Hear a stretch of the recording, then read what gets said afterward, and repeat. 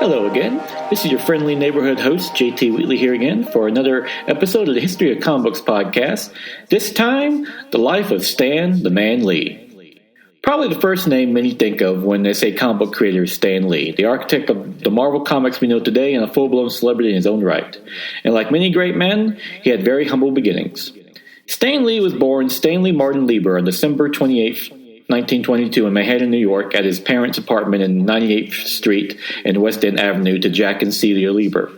His father, Jack, was born in Romania in 1886 and immigrated to New York in 1905 at the cost of £179, $190, with his brother Abraham. He was originally born Hyman Lieber, but changed his name to the more American Jacob Jack, a common practice for many immigrants at the time. Jack Lieber was part of a large Jewish migration from the oppressive Romanian government, and upon entering America, went to work in the garment industry. In 1910, Jack Lieber was living with Gershon Moisevitz, a 50-year-old Russian immigrant, and his wife Mitzi, and their two young children, Rose and Joseph. In the 1920s, he lived with the Schwartzes before marrying Cecilia Solomon in 1922, Stanley's mother. She hailed from the Solomon family, who had immigrated to America in 1901, and Celia was one of 6 children. Despite his poor upbringing, young Stanley Lieber was raised an optimist. A few years later, he was joined by his brother Larry Lieber on October 26, 1931, right when the Great Depression hit in full force in America. According to Stan Lee, his first memories were his parents discussing rent money and arguing over it. Unfortunately, he was too young to work just yet. Instead, he found solace in entertainment. Like many kids at that time, Stan Lieber was a fan of radio shows, such as the Chase and Solomon Hour on NBC, which aired 8 p.m. on Sundays. He also enjoyed Errol Flynn movies at Lewis's 175th St. Theater, along with the Marx Brothers and the Laurel and Hardy. Stanley Lieber was also a fan of reading and even dabbled in drawing, though he never dreamed about a career in comics. He did read the original modern comic book Famous Funnies, like many kids at the time. However, desperate for money, his mother Cecilia would turn to their sisters for help. As a result of this financial pressure, both his parents pushed Stanley to excel at school despite his living conditions, often moving from apartment to apartment due to depression. When Stanley Lieber became a teenager, he finally went to work to support his family, doing odd such jobs as a movie usher and office boy while attending classes at the famed DeWitt Clinton High School at 100 West Missouri Parkway South and East 205th Street in the Bronx. It was an all-boys school that resembled a castle with 10 to 12,000 students at one time. At DeWitt, Stanley earned the nickname Gabby for his charm, where he predicted his own greatness. He would work on the Clinton literary magazine, Magpie, and quickly develop a talent for self-promotion. Notably, he scrawled "Stan Lee is God" on the ceiling of the school, arguably the first time his modern name was ever written. He even performed as a magician, Thin Line, while competing in the high school essay competition with the New York Herald Tribune. Stan Lee would claim he won the contest 3 weeks straight, and the paper even encouraged him to write professionally. However, what was more likely was he would place 7th in one contest, earning $2.50 along with 2 honorable mentions. In 1939, Stanley Lieber left DeWitt in the summer to enter the job market, as college was no option due to his family's financial conditions. He was soon hired at Timely at the age of 17, working under comic book writer Joe Simon at $8 a week. His job was essentially that of office gopher, and an assistant under Simon and his partner, artist Jack Kirby, fetching coffee and cleaning up their cigar butts, which would pile up as they would work, while also learning under them. He got the job because his uncle, Robbie Solomon, his mother's brother, also worked there, as he was married to Timely's owner, Martin Goodman's sister, Sylvia. Thus, Martin Goodman was also Stanley Lieber's uncle by marriage. Stanley would always claim he got the job at Timely from answering an ad, but the coincidence is too strong to ignore. Whatever the story, he got his start in the comic book industry, and he would never look back. Timely's office was located at McGraw Hill and West 42nd Street at the time, where Joe Simon and Jack Kirby ran the comics division. Soon, Stan Lieber was doing proofreading and even made changes to the scripts, while also annoying Jack Kirby with his constant flute playing, to a point where he would throw things at Lieber just to make him stop. However, it wasn't long before Stan got a chance to write his own story as well, which he did in Captain America Comics number 3 on May of 1941, called Captain America Files a Traitor's Revenge, a 2-page filler story where he used the credit of Stan Lee. As noted earlier, it was common for immigrants to change their names to more American ones, especially those with Jewish names. For example, Jack Kirby was originally Jacob Kurtzberg. But Lee always claimed he used the moniker because he was saving Stanley Lieber for when he wrote the great American novel. Little did he know. By issue number 5, on August of 1941, Stan Lee wrote another 5-page filler story, Headline Hunter, Foreign Correspondent. Soon, Lee was creating his own characters like Jack Frost in USA Comics number 1 in August of 1941 about an anti-hero who turns against the police. Then in Mystic Comics number 6 in October of 1941, he created a Destroyer with artist Jack Binder about the reporter Kevin Marlowe, who was arrested as a spy in Nazi Germany and sent to a concentration camp where he was experimented on. As a result, he gained super strength and escapes, donning a skull as his emblem, along with an inhuman costume to fight the Nazis. All the while, Stan Lee would continue to work under Joe Simon and Jack Kirby and even followed them outside the Timeless's offices to their own studio, where he discovered they were doing freelance work for national publications, the future DC Comics, and swore him to secrecy.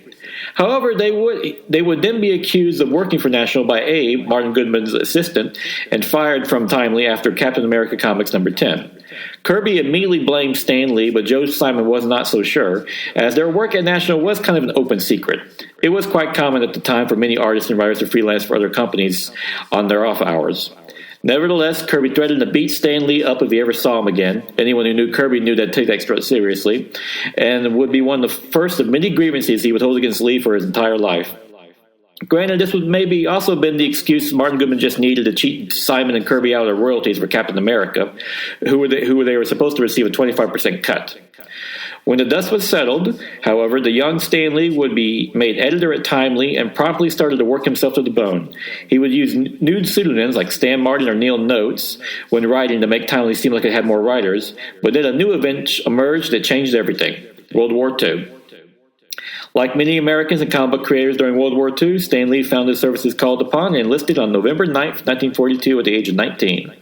Also, like many other entertainers and comic book creators, his skills as a writer were designated for use with the Signal Corps, a division of the U.S. Army that produced instructional and informational materials for the armed services. Lee's writing was fast and breezy, easy to understand, and perfect for the job.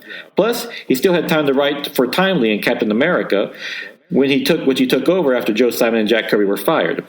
Vince Vago, who used to work for Fleischer Studios, the famed animation company, was made editor at Timely during the war, replacing Lee at his job, where he earned $250 a week. Meanwhile, Lee was trained at Fort Monmouth in New Jersey, where he performed basic soldier tasks while in the biting cold. He was then assigned to the training film division at Astoria, Queens, which was based at 35th Avenue and 35th Street, also known as the Signal Corps Photographic Center. Soon, Stan Lee would find himself working alongside fellow entertainers also serving their country, like Academy Award-winning director Frank Capra, cartoonist and Addams Family creator Charles Addams, and another cartoonist, Theodore Gessel, known more popularly today as Dr. Seuss. His occupation while serving at the Army was playwright. While on duty, he traveled from North Carolina to Indiana, where he penned an Air Force song for marching, rewrote payrolls and instructional manuals, and created the Fiscal Freddy character. He also produced the poster VD, Not For Me, as part of an educational campaign in the armed forces to prevent STDs. Thanks to the efforts of the Signal Corps and those serving like Stan Lee, it reportedly cut his training time by 30%. However, he was ordered to slow down, but Stan Lee, having grown up during the Depression in impoverished circumstances, couldn't stop working to provide for himself. He did spring on himself, though, when he bought himself a 1936 Plymouth at Drake Union. Stan Lee also found time for some trouble, though, as he was nearly court-martialed while serving. Reportedly, he broke into the mailroom of the Army base to get a script for Captain America. The base sergeant, who hated Lee, had him arrested and planned to court-martial him. However, Lee called Martin Goodman, who then made a call to the base commander with a simple question: "What is this I hear about the writer of Captain America is about to be court-martialed?" Sure enough, the charges were dropped and Lee became untouchable. While serving at the base, he drove a fancy brand-new Buick Photon convertible, which was an upgrade from his Plymouth. When Stan Lee was finally discharged, he received $200 in muster out pay, along with $42.12 for travel fees to return to New York. Once home, he stayed at the fancy Alamoc Hotel on Broadway and 71st Street, where some of his fellow guests still looked down on him for his profession as a comic book writer. By the time Stan Lee returned to the comic book industry in Timely, the trends had changed, going from superheroes and war books to young female heroines and teen books, which Archie Comics was prevailing at. Timely, of course, followed the trend, and Stan Lee created Nellie the Nurse and then the Blonde Phantom in 1946. That's not to say the superheroes were completely gone, as Stan Lee had Captain America, the Human Torch, the Wizard, yes, that is a comic book character's name, Submariner, and Miss America team up in All Winners Comics number 19 in fall of 1946. Bill Finger, the famed Batman co-creator, was hired on to help write it, but the comic was canceled after just two issues. Meanwhile, Stan Lee started to make some national exposure for himself when he penned the cover story for Writer's Digest of November 1947 called There Be Money in Comics, where he gave advice on how to break into the industry. Lee also gave writing advice, emphasizing realistic dialogue and character development. While working at Timely, he continued to follow the trends in the comic book industry, from romance to crime to westerns, writing such comics as Official True Crime Case Comics, Wild Western, Two the Gun Kid on March 1948, Red Colt, Hero of the West, and The Black Rider. Martin Goodman mandated the use of photos over penciled art at one point for the covers to save money, and Stan Lee even posed for the cover of The Black Rider as himself. In 1947, Stan Lee self-published The Secrets Behind Comics, which he dedicated to his brother Larry and Martin Goodman's children, Chip and Iden. Lee also worked on Focus in 1950, a photo bed sheet, and even did freelance work, such as for Howdy Doody. Also, in 1947, Stan Lee met an English model and actress, Joanne Clapton Boycott, by mistake on a blind date, since she was already married at the time. However, they quickly became so smitten that Lee convinced her to leave her husband in a quickie divorce in Reno, Nevada, so they could marry. They soon moved to 96th Street with their two dogs, Hamlet and Hecuba. However, around the same time Lee's mother died, thus the newlyweds took in his 15-year-old brother Larry. Soon, the new family moved to Long Island, not far from Martin Goodman and his own family. Stan Lee's family started to grow as well, with Joanne Cecilia born in 1951, and then in 1953, her younger sister Jan. Sadly, Jan would die 3 days later after her birth, thus Lee, living so close to his extended family, added some much-needed support. However, just as Stan Lee's personal life was getting settled, his professional one was about to get upended with The Seduction of Innocence by Frederick Wervin, which was published in 1954, a critique of the comic book industry that blamed them for the rising juvenile crime. Critiques of the industry had been brewing for decades and had come to a head with the National Organization of Decent Literature, NODC, which increased in membership after World War II. Stan Lee would claim to have debated Wervin over the subject, but there was never any evidence of it. He did take a shot at Wervin in Suspense number 29 in April 1953 with the artist Joe Manley in the story Raving Maniac, in which he debates a Wervin-like character who is revealed to be insane. Stan Lee personally thought Wervin was a fanatic, like many in the industry, but he held sway with the public, and as a result of the larger downturn in the industry, Timely sales dropped from $15 million a month in 1953 to $4.6 million in 1955. A large part of this was the creation of the Comics Code Authority, CCA, which severely restricted the contents of comics, thus requiring stiff cuts in the lineup. Martin Goodman had the company move to 655 Madison Avenue from the Empire State Building, but nearly went under when it lost its distributor. Thankfully, Independent News, the distributor of national publications, came in to take over, but on the condition that Timely, now known as Atlas, could only publish 8 comics a month. As editor-in-chief of the company, Stan Lee was put in the unenviable task of firing many of the company's creators, from John Romita Sr. to Joe Simon, while Goodman went off to Florida. Lee hated it while also putting work into Focus, the company's men's magazine. In 1956, Atlas did try to copy the success of Mad Magazine with Staffu, hiring Bill Everett and Joe Manley to provide the art, but it only lasted 3 issues. However, in 1958, the industry started to recover enough that Lee reached out to Steve Ditko and Jack Kirby, not only because they were fast workers and talented, but also because they were cheap. Lee hired Kirby without telling Martin Goodman, who apparently didn't notice their notorious falling out. Nevertheless, Stan Lee felt the comic industry was coming to an end, not just because of the falling sales, but also because of his own personal frustration in the stories he would have to write. However, a certain golf game was about to change all that. In 1956, the Silver Age of comics officially began with the debut of Barry Allen Flash in Showcase number 4 in October of that year from DC. Soon the company was reviving its entire superhero lineup to soaring sales, with the new Justice League of America consisting of The Flash, Martian Manhunter, Green Lantern, Wonder Woman, and Aquaman, debuting in The Brave and the Bold number 28 of March of 1960. The company's co-owner, Jack Leibowitz, who arranged it for Independent to bail out Atlas, kept up a professional personal relationship with Martin Goodman, the company's owner. While enjoying a golf game together, Leibowitz started to brag about the new Justice League to Goodman. As a result, Goodman immediately went back to Stan Lee and ordered him to create his own Justice League. Lee was frustrated at this mandate as he at first considered it just another writing task he would hate and seriously considered quitting the company. However, when he went home and expressed his frustrations to his wife, Joanne, she countered he should do it, but write it as the book he always wanted to write, stating if Goodman didn't like it, he would just fire him instead of having to quit. So Stan Lee got together with Jack Kirby in the summer of 1961, and together they changed the comic book industry forever with the Fantastic Four, a superhero team like no other. With Fantastic Four #1, which debuted in November of 1961, it was originally a reference to the Cold War space age, crafting Reed Richards as an older, dense scientist. Sue Storm was a full member and not a token female. Also, they had no secret identities, and they wanted to show off. Johnny Storm was a hot-headed teenager, but not a sidekick, and also a full team member, while Ben Grimm was the strong man and blue-collar worker, though he resembled a giant rock creature. As a further reference to the Cold War, the team's first villain was the Mole Man, who attacked an atomic power plant behind the Iron Curtain.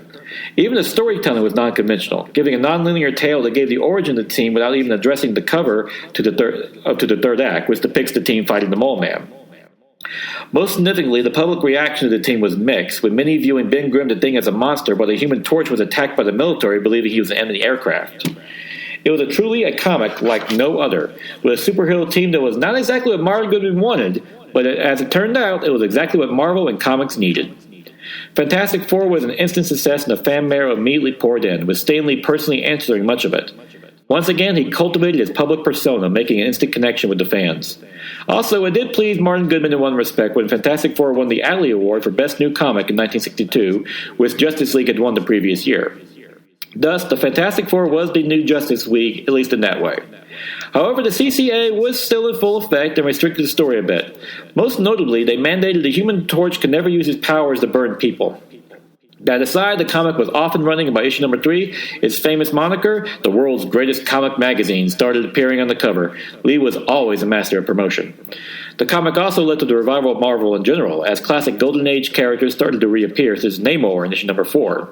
As a result, Stan Lee started to establish a larger Marvel continuity, showing the stories that existed in those comics were part of the new comics continuity, thus creating a huge shared universe. While Marvel had previously established it in the original comics, Stan Lee took it in exciting new directions. He wasn't just redefining comic books and superhero teams, but the comic book universe in general. Another great innovation was the creation of Dr. Doom, the stalwart villain and rival to the Fantastic Four in issue #5, which Lee would always state was his favorite villain. He was inspired by Lee living in New York City and observing dictators like Nikita Khrushchev of the Soviet Union proclaim they would take over the world at the United Nations. He realized the fact that being leaders of countries gave them diplomatic immunity, plus, as Lee joked, it's apparently not illegal to say you're going to take over the world.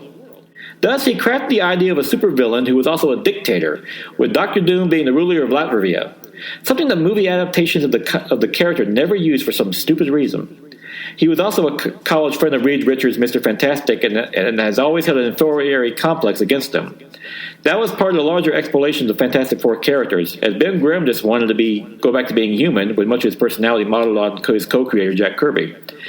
As fun, Stan Lee and Jack Kirby even placed themselves in Fantastic Four #10. Despite this success, working with Martin Goodman still proved difficult for Lee, whom he called the greatest imitator of all time, never innovating anything new but copying the current trends in the industry. As a result, whenever Stan Lee wanted to try something new, like Spider-Man, Goodman shot it down, reportedly because Goodman hated both spiders and that the character was a teenager. Lee argued the idea was for the character Peter Parker to eventually grow from being a teenager to a man, but Goodman rejected the idea.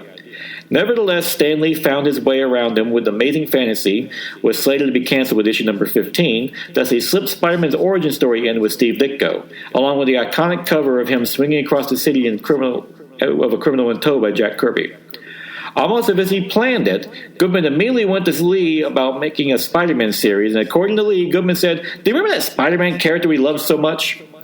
Amazing Spider-Man #1 debuted in March 1963 and quickly became the biggest selling comic book of that year. Stan Lee originally worked on the character with Jack Kirby, but when Steve Ditko pointed out he resembled The Fly, a character Kirby did for Archie Comics, he shut it down. Lee still liked the concept, though, and kept reworking it, changing him into a teenager and removing his police captain father.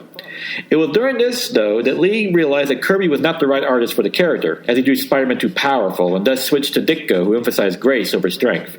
Kirby did, of course, provide the iconic cover for the Amazing Fantasy #15. However, it was Lee's trademark innovation with his creations that shone through, and that he emphasized the human and superhuman. Peter Parker was an underprivileged kid whose alter ego Spider-Man often had a negative impact on his life, whether costing him jobs or dates.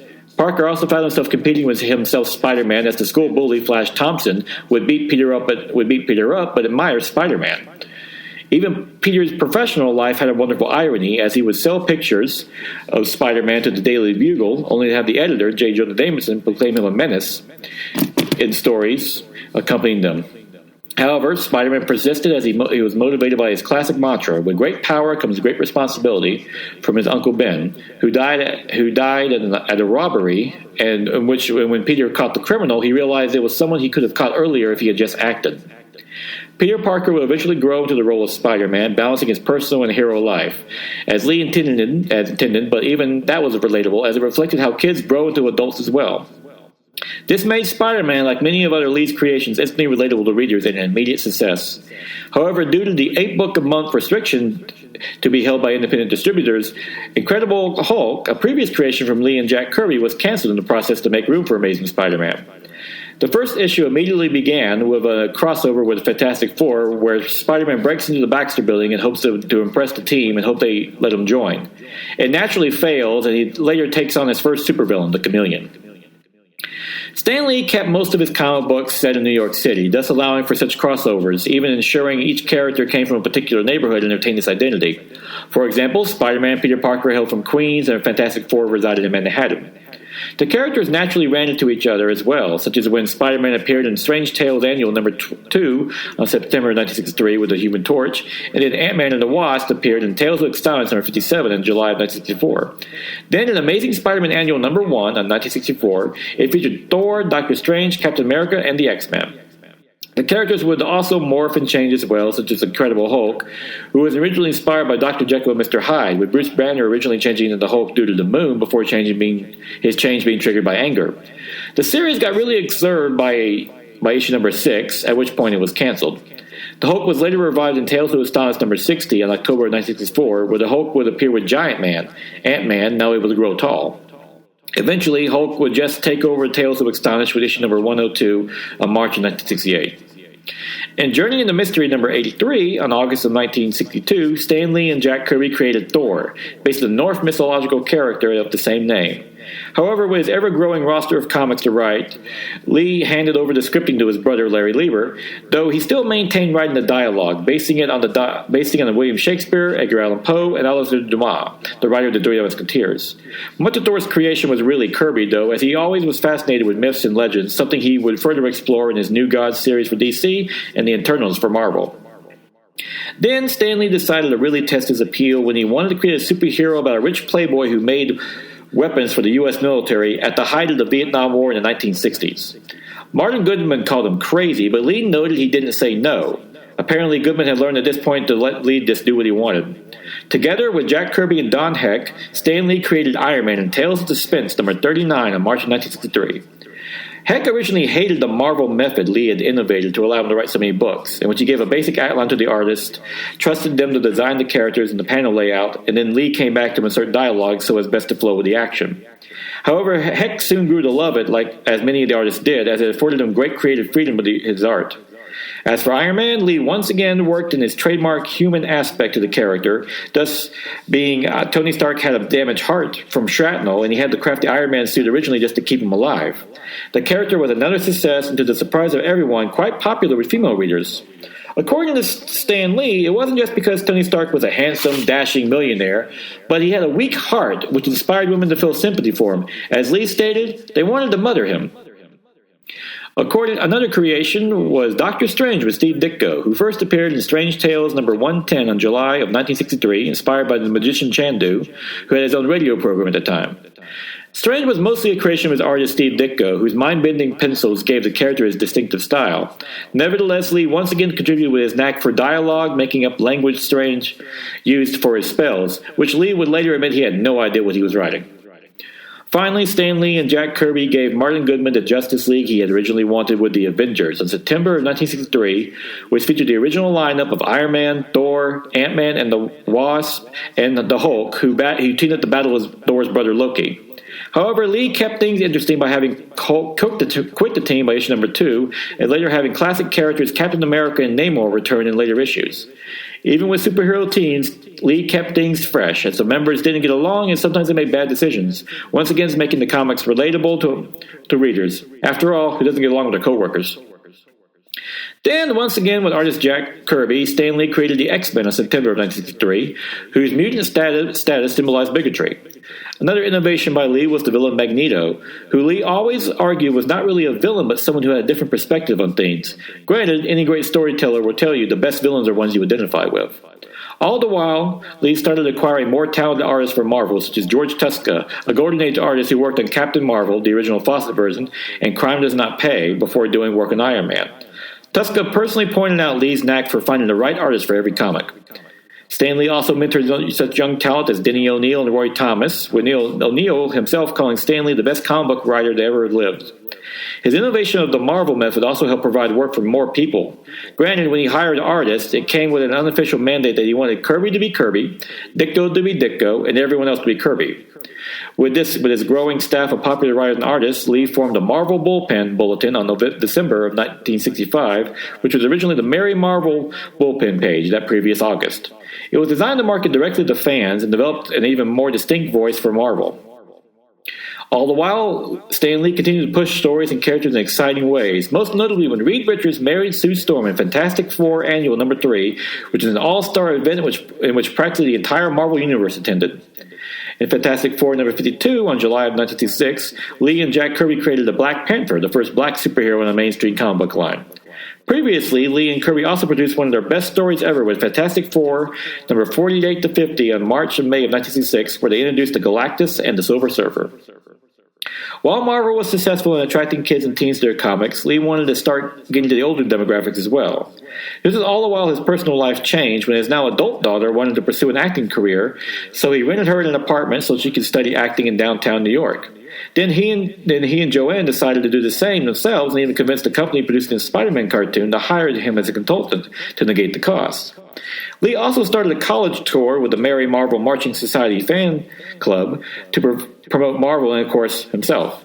This only bred further resentment from Martin Goodman, who himself was being overshadowed by Stan Lee's fame, despite the fact that he was the man who actually founded the company. Stan Lee even appeared on the Dick Cavett show, where he called comics a symbol of the offbeat society.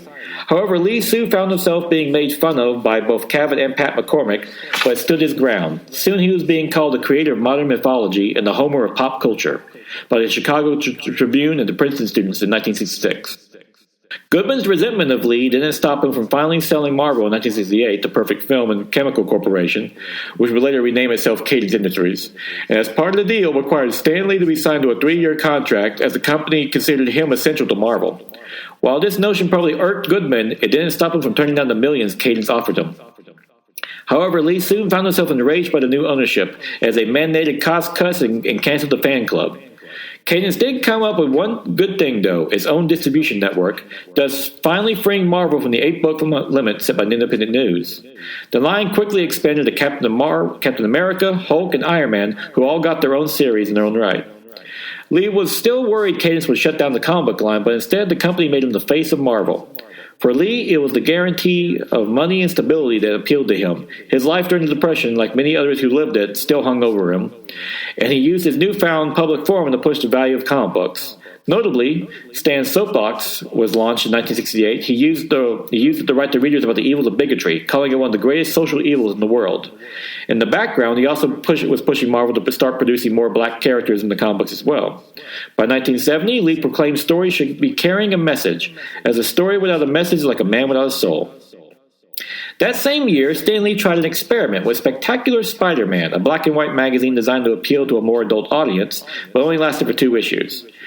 It also ran into friction with Jack Kirby, who was already frustrated with Stan over creative issues. Notably, when Lee changed the origin of Silver Surfer, Kirby originally imagined him as being a pure energy, not the alien Norrin Rad, and the new Silver Surfer comic that Lee launched with artist John Buscema on August of 1968. Kirby felt his contribution to Lee deserved some financial recognition as well, but Lee argued he couldn't help him with a new contract.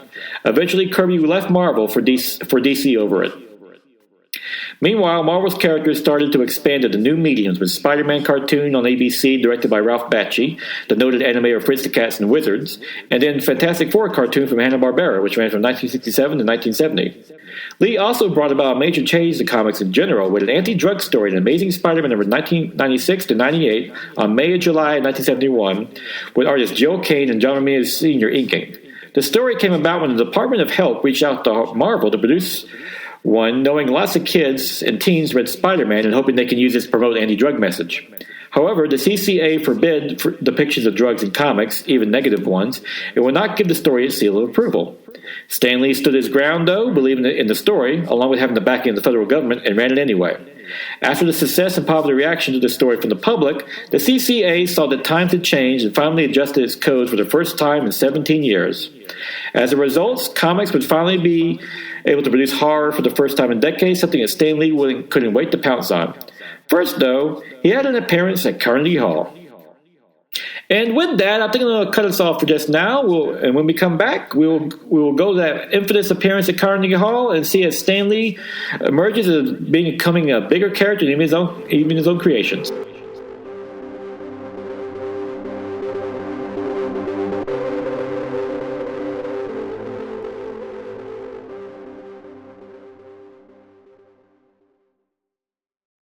My name is Mark McCray, and I'm the author of The Best Saturdays of Our Lives. I'm Dan Klink, co-host of the Best Saturdays of Our Lives podcast. The Best Saturdays of Our Lives features programming trends from the 1966 television season all the way through the last hurrah of the early digital age of the 1990s. On the show, if it's animated, we talk about it. Order your signed copy today at tbsool.com.